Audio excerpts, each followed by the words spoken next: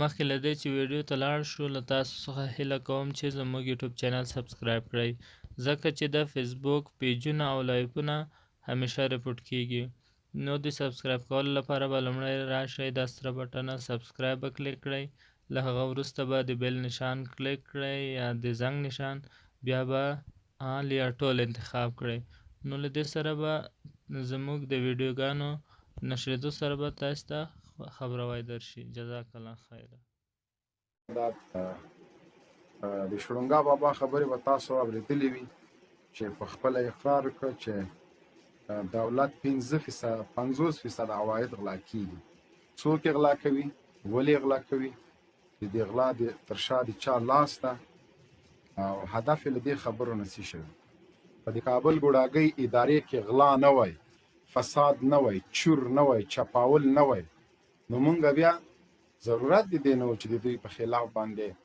د خلک راجیک شي دوی په خلاف د خلک نارې ووهي د دوی په خلاف د خلک اسلحه جوړ کړي نه دا چې تاسو په فساد کې غرق یاستئ د افغانستان ګمرکات د افغانستان شتمني د افغانستان بانکونه مو لوټ کړل بلکې تاسو تر ټولو نه لوی خیانت دا ده چې د دې ولس قتل عام مو شروع کړی ده زه نه پوهېږم چې د دې دغه خبرې د کوم هدف دپاره وي او د څه دپاره وي چې د افغانستان 50% عواید غلا کیږي څوک یې غلا کوي د دغه غلا د مخې د نیولو دپاره څه پکار دي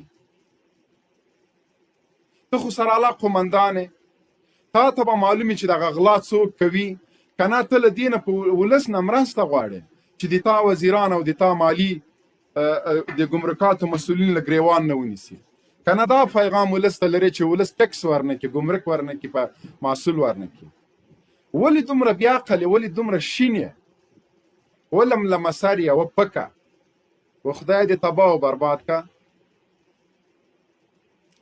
شاهین صاحب تاریخ دی زما چې څومره خیال ده لکه چې غلط ده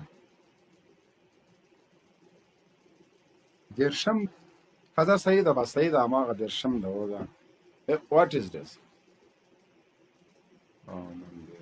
نن دیرش تاریخ ده بس دیرش او نهه ویشتیاو ده 12 ناخوا دیرش ده موږ لا 12 جنرال صاحب دیرش ته 15 دقیقې 10 دقیقې پاتې دي 15 دقیقې خبر نه موږ خو څه په افغانستان کې نه یو دا دیرش نه ده پوره نو زمونږ هدف دا ده دغه بې غیرته بې ضمیره مزدورو ادارې ته چې غلام تاسو کوئ چورم تاسو کوئ چپاولم تاسو کوئ د ملت وژلم تاسو کوئ او بیا لګیا یې وایي هغه ده 50% عواید غلا کیږي څوک یې غلا کوي که نه د تاسو په ګمرکاتو کې طالبان کار کوي یا نور څوک راغلي دي د ګمرکانو نه پیسې نور غله دا خلک یې پټوي غلا خو شته چور شته چپاول شته د دې ملت شتمني د دې ملت هر څه تاسو غلا کوئ د رولاګۍ او د ابل بدبخته په اکاونټونو کې اچوئ نو غلا خو مونږ ته معلوم ده چې غلا شته فوق العاده غله یاستئ فوق العاده هیڅ شک مونږ نه ګڼو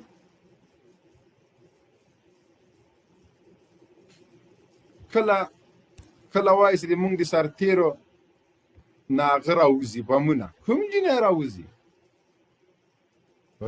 شین دا باید خبرې زده که یو خو ژورنالستان تش په نامه ژورنالیست چیرته ده دا خبرې کوي چې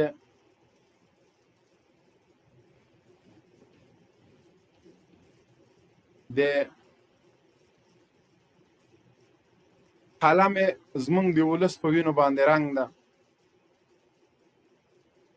سیاسي چارپایان مو ولیدل چې یوه کرښه د دغه مظلومانو په حق کې په دغه وحشتونو باندې رانښکله د مونږ ارګمشران تر اوسه پورې په دې کش و مکش کې دي چې دغه ولسي خلک چې دوی ووژل په خوست کې تر اوسه پورې هغه ته پرتګونه ګنډي چې دغه جنایت څنګه پټ کې پټولی نه شي د خوست بې صلاحیته بې ضمیر او بې غیرته والي راجګېږي چې نه هلته مونږ پوهېږو چې دا اختیار له تا سره نسته د کمپاینیانو قمانده هغه روزل شوي دي امریکانو لخوا دي، هغه د همدې دپاره روزل شوي دي چې د مسلمانانو وینې وزبېښي، د همدې دپاره امریکانو پې د سپي غوښې خوړلې دي، د امریکانو په اکاډمۍ کې دوی روزل شوي دي. نو هغه خو مونږ ته معلوم دي. هغه خو زه پوهېږم چې ته د دې صلاحیت نه لرې. جناب والي صاحب ته د خپلې غلاوې کوه، ته خپل عیش او عشرت کوه. د خوست د کمپاین لیوني سپیو صلاحیت له تا سره نشته. هغه دام کولی شي چې تا ته هم خوله در واچوي، تا هم وداړي، ځکه امریکانو روزلي دي همدې دپاره دي. زه به له امریکانو نه څنګه تمه وکړم چې هغه به ما ته داسې اردو یا داسې څوک وروځي چې هغه د دې ملت په ګټه وي، هغه د مسلمانانو په ګټه وي، هغه د افغانانو په ګټه وي، په ګټه وي. دا کېدلی نه شي. د امریکا د کمپاین روزل شوي سپي د همدغه دپاره دي چې دا مظلوم ملت وداړي، د مظلوم ملت ته خوله ور واچوي. بیا له طالب نه د اوربان غوښتنه، کوم اوربان؟ څه شي اوربان؟ اوربان دم تاسو غواړئ غلو. نو د پارلمان خرج شوي وکیلانو ته وایم، د سنا مجلس د مجلس موټروان رئیس ته وایم چې د طالبانو ډریور وي، طالبانو په وخت کې پلار مریض د دوه ګولیو دپاره عریضې ګرد په دفترو ګرځولې. نن هغه د میلیاردر ده، اته نور میلیاردر ده. دا نور غله میلیاردران دي چې سوځېدلي سګرټ به یې څه کول، فلټر چې چا به ایسته واچه هغه به یې راواخېست، امرالله صالح مجاهدینو نسوار پټ که، تسبیح پټ که، سګرټ پټ که، دغه یې کار اوس هغه هم میلیاردر ده. دومره سرمایه مو له کومه کړلې؟ ورشه د دوی کورونه وګوره، د دوی محلونه وګوره. ښه شاهین صاحب ته رابره شه چې دغه کسانو سره لږ زره خبرې وکړو. سمه جنرال صاحب. تحلیلګر صاحب مهرباني وکړه. تحلیلګر سلامونه مبین جان، تا ته شاید ته ټولو ته سلامونه مې قبول کړي. وعلیکم سلام. تحلیلګر صاحب بیخي ورک کې بیخي پته نه لګېږي. والله وروره موږ هم نور دا مبارزې نه ستړي کړي یو څوک. نه خو توبه وباسه ورته نورې نه کوم خلاص. نه توبه خو نه باستل کېږي. دا سیاست هم داسې دی، خلک وایي د پوډرو نشه وي، موږ بیا وایو دا سیاست نشه په ټولو پورته ده.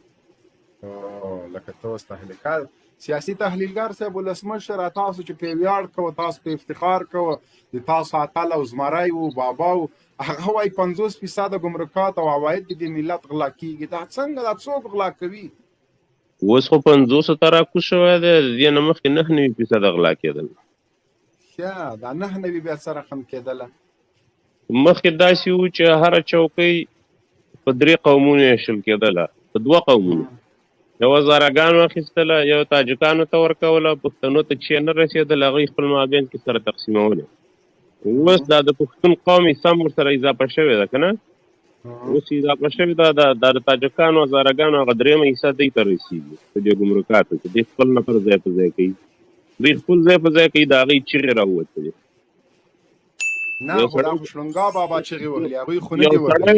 یو سړی چې په یو اداره کې د بل غل ایسته کوي، خپل غل ځای په ځای کوي، نو ته په دې باندې څه پوه شې چې هغه به چغې نه وهي؟ نو چغې خو د ولسمشر وهلې دي، هغوی خو نه دي وهلې، هغوی خو بېغامه پراته دي. خدای تر اوسه ونه توانلی شو چې هغه سابقه غله ورک کړي.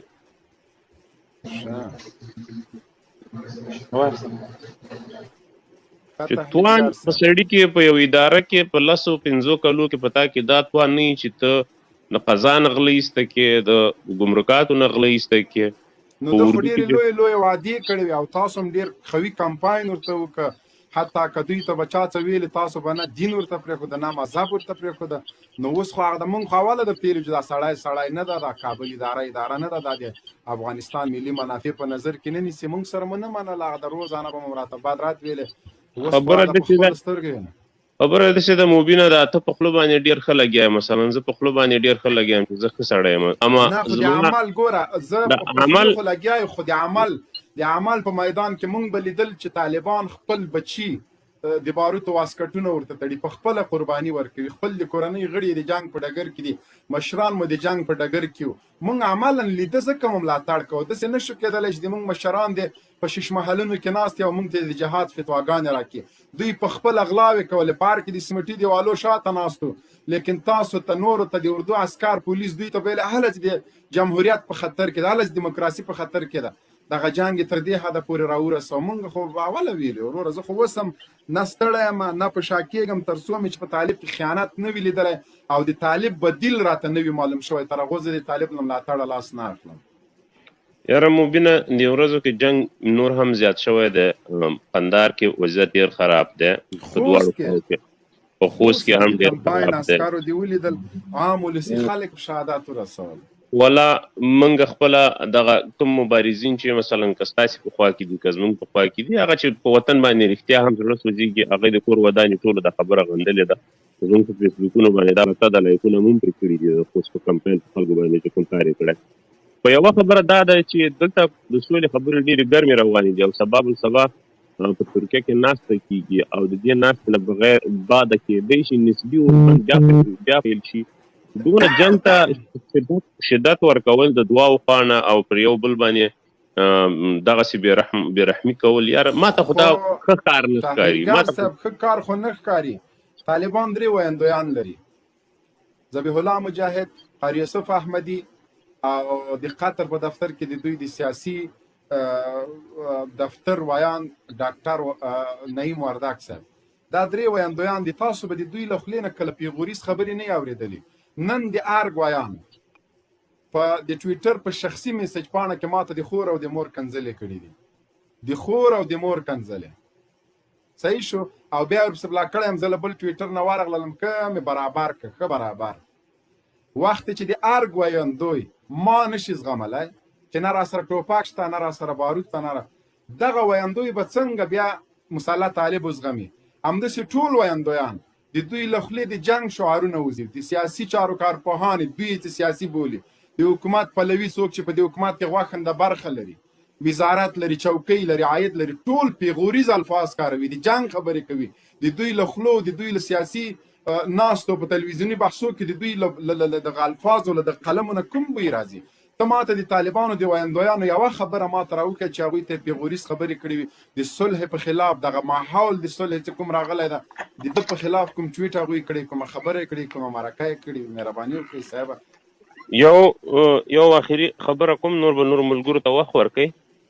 که په دې مفکوره باندې واوسېږو لکه دا 30 کاله چې یو چې زما پلار حزبي دی او زما پلار طالب دی او زما پلار جمعیتي دی، زه به مې په خپل پلار پسې روان اوسېږم او هماغه لاره به نیسم او وژل به سره کوم، وطن په دې نه جوړېږي.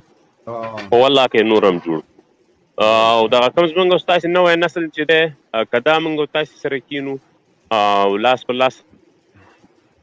خو د طالبان یوه خبره کوي چې اشغالګر مکمل وځي، افغانان موږ خپلو کې سره جوړېږو، څه مشکل نه لرو. هغوی دغه بهانه نیولې ده اوس. دغه او بهترینه لاره یې دا ده چې دغه نوی نسل نوي ځوانان کوم راپورته کېږي دا په دې خبرو پسې ونه ګرځېږي او د وطن د جوړولو د طالبانو دغه بهانه باید ختمه سي چې دوی وایي چې خارجي اشغالګر په افغانستان کې موجود وي، خبرې کومه نتیجه نه ورکوي.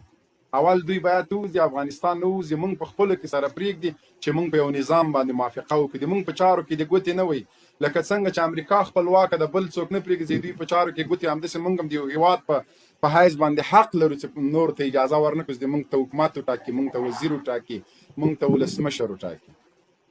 دا زمونږ او ستاسې مسلم حق دی چې باید موږ خپل وزیر په خپله وټاکو، رئیس جمهور په خپله وټاکو. کېدای شي خارجي لاسونه قطع شي، موږ ډېر ښه ژوند لرو خپلو کې. یا موږ په یو اختر کې ثابته کړه پاس له 19 کلو جګړې طالب جنګیالي او د حکومت د نظام خلک دوی خپلو کې یو بل ته غاړې ورکړې، یو د بل د تشویق دپاره یې نارې ووهلې، یو بل سره په یو دسترخوان سره کېناستل. نو 19 کاله جګړې نه وروسته چې دا کېدلی شي، 20 کاله جګړې وروسته هم دا کېدلی شي. خو مهمه دا ده چې دلته خارجي لاسونه باید قطع شي، اشغالګر له افغانستان نه ووځي او موږ خپلواکي واخلو. تحلیلګر صاحب شاهین صاحب، زاهد افغان یا منصور صاحب ته وخت ورکړه. زه مو غواړم چې ما ته مو وخت راکړه، کور مو ودان مو بینه مخه مو کړه.